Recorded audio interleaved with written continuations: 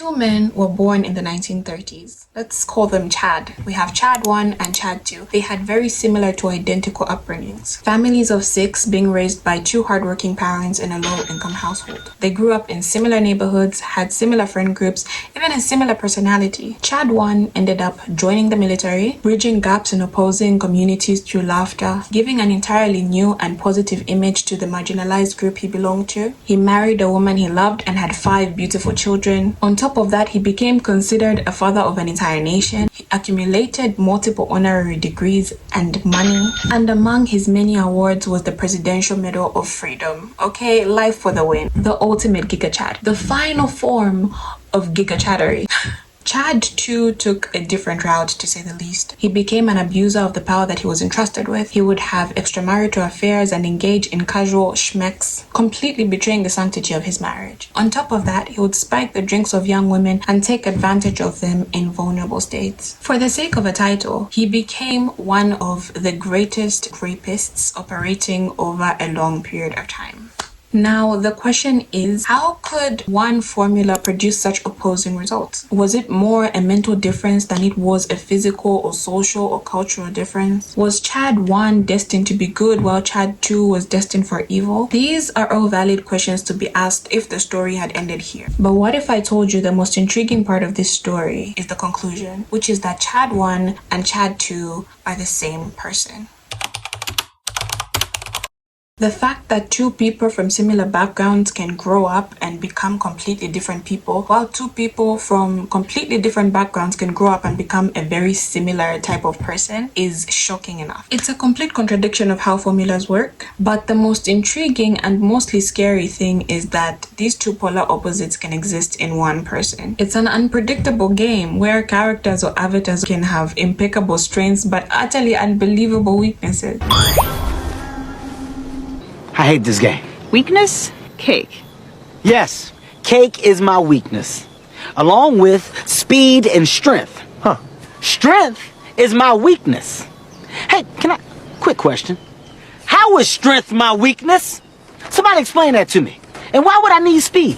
Why would I need to be fast when I'm being chased by an enormous killer zebra or some shit in this dumbass hat? And before you mistake yourself for a saint, these contradictions are observable even on a personal level. In one breath, you could be giving change to the homeless, cheering your friend up when they're sad, choosing to support a small business, preparing your family member a plate, and then in the next breath, you could be peeing in the pool.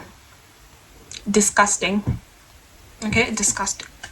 Or that bit of pleasure you get when the celebrity you hate to love but love to hate gets cancelled. Or the slight excitement you get when someone you don't really like gets fired or has a breakup because for some messed up reason you have convinced yourself that they deserve it. Deriving pain from the pleasure of others is so common and so natural that we even have a word for it. Schadenfreude. From a baby recognizing your pain and giving you a hug when you're sad, to the same baby offering you the snack that they have sucked the life out of instead of giving you a fresh one. These observations have led to theologists, psychologists, authologists, and people at large to ask the same question. Are people naturally good or evil?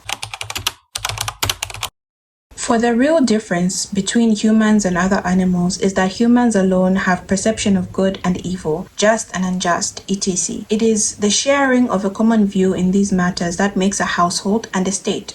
Aristotle. According to my findings, Aristotle believed that we are born blank pages who get filled in by cultures and traditions and the laws of the society that is around us. That we are born with no sense of right or wrong, but as we grow up, we perceive what is considered moral or immoral, according to what our families and overall societies believe. The generality of men are naturally apt to be swayed by fear rather than reverence, and to refrain from evil rather because of the punishment that it brings than because of its own foundation. In simple terms, we get in line because we have to, not because we want to. Then there's philosophers like Thomas Hobbes, who believes or who proposed that human nature is inherently just selfish and evil. Sigmund Freud.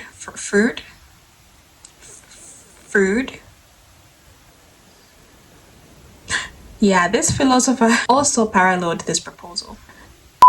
Sigmund Freud also paralleled this proposal. And then we have complete counters to this perspective. For example, Lu Wang, a Chinese philosopher, who proposed that human nature is originally good, and instead it is corrupted by the world around it. On top of that, there are conflicting theories on what good really is. Is good really universal? Thomas Hobbes proposed that there is no such thing as a universal truth. The world is governed by opinions. The only source we have is scientific research. From this, we create our own moral codes, our own cultures, our own traditions, our own laws that differ from place to place and time to time. Which is a valid point, lest we forget that at some point slavery was not only common, but it was normal. There are no sources of knowledge other than carefully scrutinized observations, what we call research. C.S. Lewis begged to differ, proposing that, wow, so many proposals and I see no ring.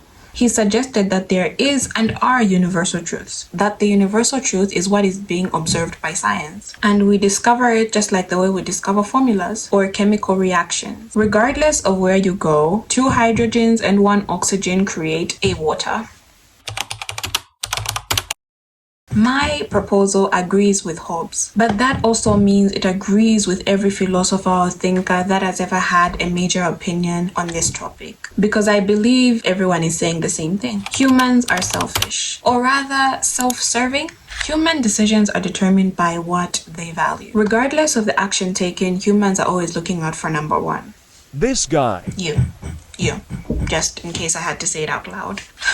The philanthropist values the sense of virtue he has of himself when he helps other people. We comfort our friends because we don't like how uncomfortable it makes us that they're not okay. We value our sense of ease. Others value dopamine, control, community, or culture. The complication is we each have a collection of values within us, others ranking higher than others, and each scenario's results being unpredictable, depending on what value wins in that moment. Someone with anxiety may value their security, so they cut people off first because they don't want to be hurt later. Someone might start selling drugs because they value their family and they want to be able to provide for them. Another may do great deeds because they value the image that people have of them. That's why I believe that humans should be seen more of a test sheet rather than black or white. It's all in the percentages. What we consider good people are those whose actions and words mostly align with what is universally considered good, and not because all their decisions are good decisions. And what we consider bad people are those whose actions and words mostly align with what is universally considered bad, and not because all their decisions are bad ones. It is impossible to be human and have all your decisions align with what is considered good by the society, because sometimes our values in situations require the bad decision. And most trains of thought or perspectives agree with this notion. That's the reason each belief system gives guidelines to its followers, in order to make sure our values do not violate the values of others. To argue that we are completely good would make our guidelines obsolete. Something that is natural does not require commandments or laws, and cultivated discipline in order to adhere to them.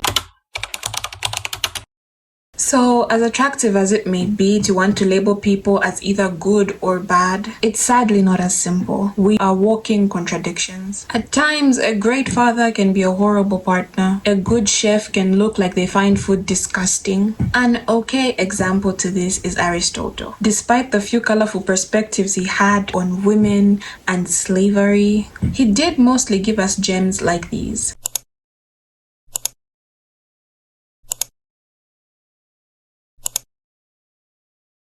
And that's the truth for most normal people who are not psychopaths. So do with that information what you will. The biblical perspective conceptualizes this understandably well. We are made up of both capabilities, the good and the bad. It's a constant battle between the two. The one that you feed more is the one that will grow. In the words of my mother, "Omuntu tapuididika." Okay guys, so we have come to the end of this video. Thank you so much for staying until now. There are so many perspectives and scenarios and theories that I wanted to touch on, but philosophy is bulky.